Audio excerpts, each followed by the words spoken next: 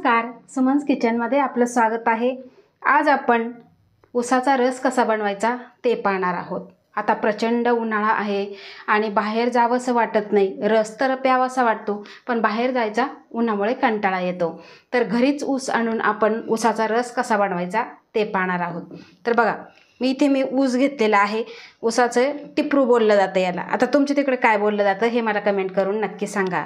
आता ह्या ऊसाच्या टिपराचे आपण जे डोळा आहे किंवा जी इथे गाठ असते, कांड बनलेलं असतं, त्या बाजूचे आपल्याला हे साळून घ्यायचं आहे। बघा, अशा पद्धतीने आपल्याला साळून घ्यायचं आहे। हे कडक भाग आहे, हा आपल्याला काढून टाकायचा आहे। जेव्हा तुम्ही गुऱ्हाळामध्ये जाता, रसवंतीगृहामध्ये जाता, तेव्हा तुम्ही बघितलंच असेल की अशा पद्धतीने हे साळून घेतलं जातं। त्यांच्याकडे मशीन असतं, त्या मशीनमध्ये हे सगळं साळून घेतलं जातं। आता हा ऊस मी स्वच्छ धुवून घेतलेला आहे। बघा, अशा पद्धतीने हे आपल्याला काढून टाकायचं आहे।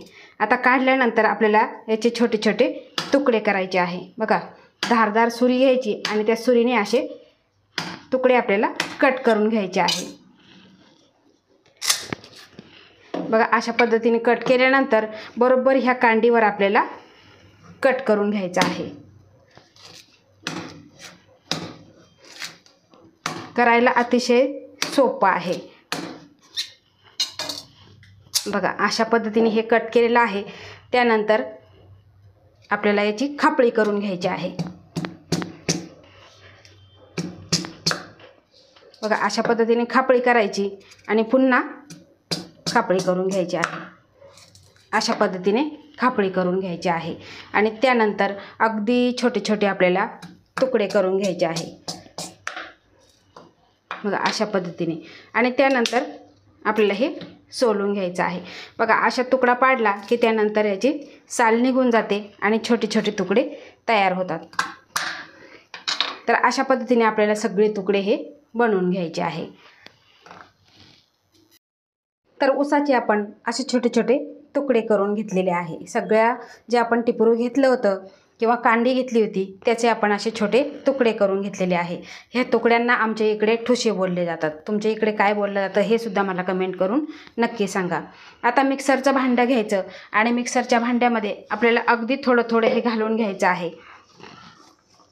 बघा, अगदी थोडंसं घेतलेलं आहे, थोडं थोडं घालायचं आणि आपल्याला हे बारीक करून घ्यायचं आहे। आता यामध्येच आपल्याला घालायचं आहे अगदी थोडंसं आलं टेचून घेतलेलं आहे, ते यामध्ये आपल्याला घालायचं आहे। रसवंतीगृहामध्ये जर तुम्ही गेला तर तिथे आलं आणि लिंबू अवश्य घातलं जातं आणि यानंतर आपल्याला जेव्हा आपण रस बनवू तेव्हा आपल्याला यामध्ये मीठ घालायचं आहे। तर बघा, अशा पद्धतीने आपण हे फिरवून घेतलेलं आहे। आता यामध्येच घालायचं आहे आपल्याला अर्ध्या लिंबाचा रस आणि त्यानंतर आपल्याला हे पुन्हा फिरवून घ्यायचं आहे। तर बघा, मिक्सरच्या भांड्यामध्ये थोडे थोडे ठुशा घालून सगळ्या इथे फिरवून घेतलेले आहे, अगदी बारीक केलेले आहे। आता जर तुमच्याकडे चांगल्या क्वालिटीचं मिक्सरचं भांडं असेल तरच तुम्ही करू शकता, नाहीतर ब्लेड तुटू शकतात। तर आता हे आपल्याला गाळून घ्यायचं आहे। तर इथे बघा, मोठी गाळणी ठेवलेली आहे आणि त्यावरती आपल्याला कपडा ठेवायचा आहे। जो कॉटनचा स्वच्छ रुमाल घ्यायचा आणि तो यावरती टाकायचा आहे आणि त्यानंतर आपल्याला सगळं हे ऊसाचं मिश्रण आहे ते सगळं घालायचं आहे। इथे मी थोडंसंच घेतलेलं आहे आणि त्यानंतर आपल्याला हे सगळं घट्ट पिळून घ्यायचं आहे। बघा, अशा पद्धतीने घट्ट धरायचं आणि त्यानंतर पिळून घ्यायचं आहे। बघा, अशा पद्धतीने रस खाली पडत आहे। तर अशा पद्धतीने आपण सगळा रस काढून घेणार आहे। घट्ट असं पिळून घ्यायचं आहे आणि छान असा रस खाली पडतो। तर सगळा रस आपण अशा पद्धतीने पिळून घेऊ।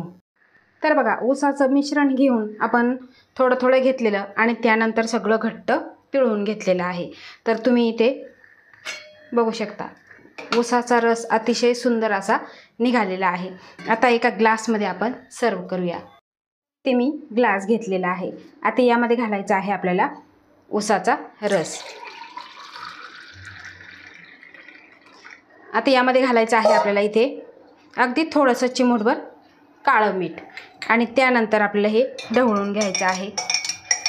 आता ढवळल्यानंतर यामध्ये घालायचं आहे आपल्याला बर्फ करायला अतिशय सोपं आहे. आता तुम्ही म्हणाल घरच्या घरी बनवायचा खूप मेहनत लागते, कधी कधी मिक्सरचं भांडं व्यवस्थित नसतं, तर एकदम छोटे छोटे तुकडे करायचे आणि त्यानंतर मिक्सरच्या भांड्यामध्ये तुम्ही फिरवून घ्यायचं आहे.